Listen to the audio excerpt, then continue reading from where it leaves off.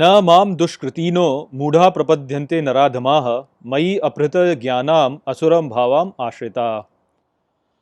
Hello friends, this is the 15th shlok of the 7th chapter of Bhagavad Gita, and today we will understand this shlok in detail. So let's first go over its meaning. So the shlok says, Na mam dushkratino mudha, which means, not to me those fools who do evil deeds, prapadyante naradhamaha, which means, do not surrender the lowly people. Mai aphrita jnana, which means, abductors of knowledge from me, asuram bhavam ashritaha, which means, those who take shelter under demons. So in this shlok, Shri Krishna is telling Arjun about the type of people who do not surrender to him. And what he says is that the people who do evil deeds, those fools, the people who are lowly people, those people who are the ones who abduct knowledge from me, and those who go under the shelter of demons are the people who have not surrendered to me. And so in this way, Shri Krishna over here is telling Arjun about the kinds of people that he should basically avoid. So let's try to understand how these kind of people have not really surrendered to Shri Krishna. So the first type of person who has not surrendered is the one who is the evildoer. Now the thing which is evil is the thing which is devoid of goodness, and goodness is something which is worth doing. And so the person who is doing evil deed, he is doing a deed which is not really creditable, which is not really something which brings in goodness. And so when a person is doing a thing which is not good, then it is something which is against Dharma. And we have already understood that Shri Krishna is with Dharma. So goodness is basically goodness is something which is with Dharma, and the evil is something which is against Dharma. So anything which is done against Dharma is an evil thing. And so that way we can understand that how a person who is performing an evil deed is performing the deed against Dharma, and so he has not really submitted in front of Shri Krishna. As an example, fire is something which provides you heat and light, and that is what is a good fire. Now if a fire does not really provide you good heat and light, then it is acting against its dharma, and so in that sense it is against Shri Krishna, and so that kind of a fire has not really submitted in front of Shri Krishna. So that is what is meant over here by evil doing. The second is the one who is lowly.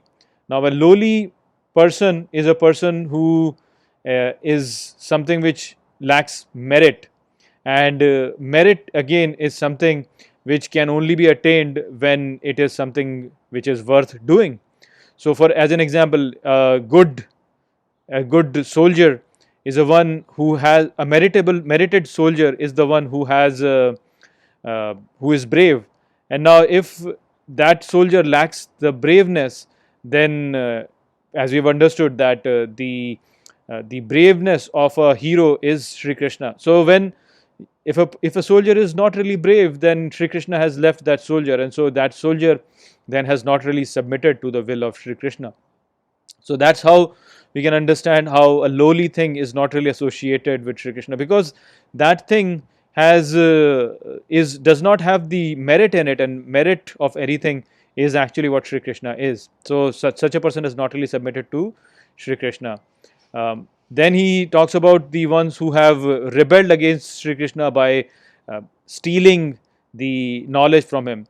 So we have understood that in all the beings, the ability which distinguishes them from the rest is their ability to gain knowledge, to look at this world and understand this world and make sense out of it.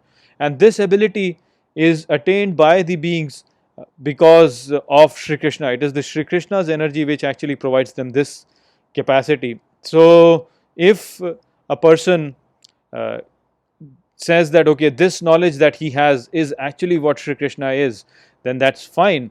But if a person says that no, this knowledge belongs to my ego, and it's my ego which gains this knowledge, it's my ego which is capable of understanding this world and not Shri Krishna, then in that sense what he has done is he has stolen the knowledge from Shri Krishna and is not giving it credit to his ego. In that sense, he's saying that Shri Krishna is not really there, it's just my ego which is there, and that is what is looking at this world and gaining knowledge about it. So, in this way, if a person is not really giving primacy to Shri Krishna but is giving it to his ego, then of course that person is not really submitted to Shri Krishna.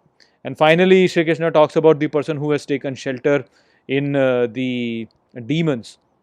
So, this taking shelter amongst demons is basically the tendency of beings to really expand their ego instead of expanding Shri Krishna in this world. Instead of trying to expand the kingdom of Shri Krishna in this world, if the person is trying to expand his ego in this world, then he is behaving in a manner which is demonic. And so, a person who is behaving like this is not really increasing the kingdom of Shri Krishna, is increasing the kingdom of his ego. And so, definitely, he has not really submitted to Shri Krishna. So, these kind of people who are evildoers, who are lowly, who are crediting themselves, who are saying that the knowledge only belongs to them, and who are trying to expand their ego, these kind of people are the ones who have not really submitted to Shri Krishna, is what Shri Krishna is telling over here. So, I hope that I have explained this shlok well to you. With that, I will close this video. I will see you all in the next video. Take care.